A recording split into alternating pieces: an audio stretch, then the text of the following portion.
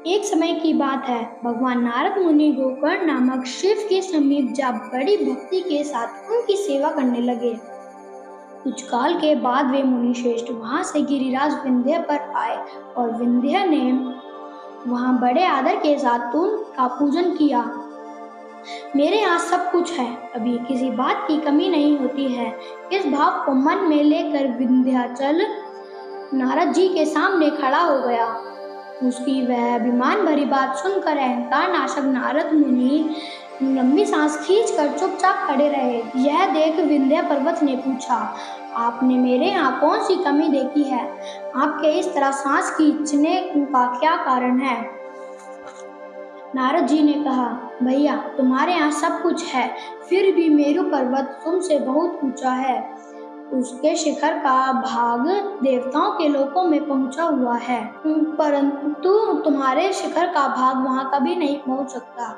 ऐसा कहकर नारद जी वहां से जिस तरह आए थे उसी तरह चल दिए।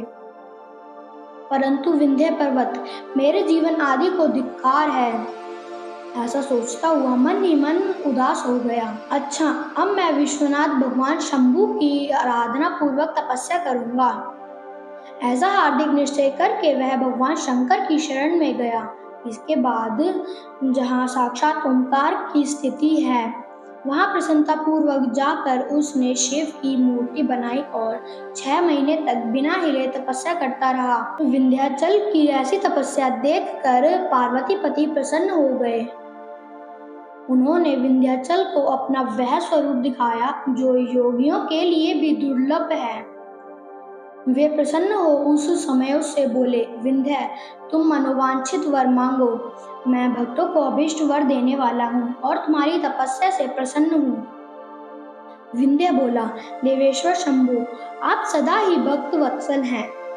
यदि आप मुझ पर प्रसन्न हैं तो मुझे वह अभीष्ट बुद्धि प्रदान कीजिए जो अपने कार्य को सफल करने वाली हो। भगवान शंभु ने उसे वह उत्तम वर दे दिया और कहा, पर्वतराज विंध्य, तुम जैसा चाहो वैसा करो।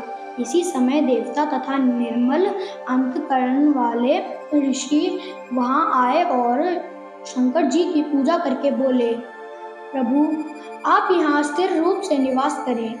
देवताओं की यह बात सुनकर परमेश्वर शिव प्रसन्न हो गए और लोगों को सुख देने के लिए उन्होंने सहर्ष वैसा ही किया।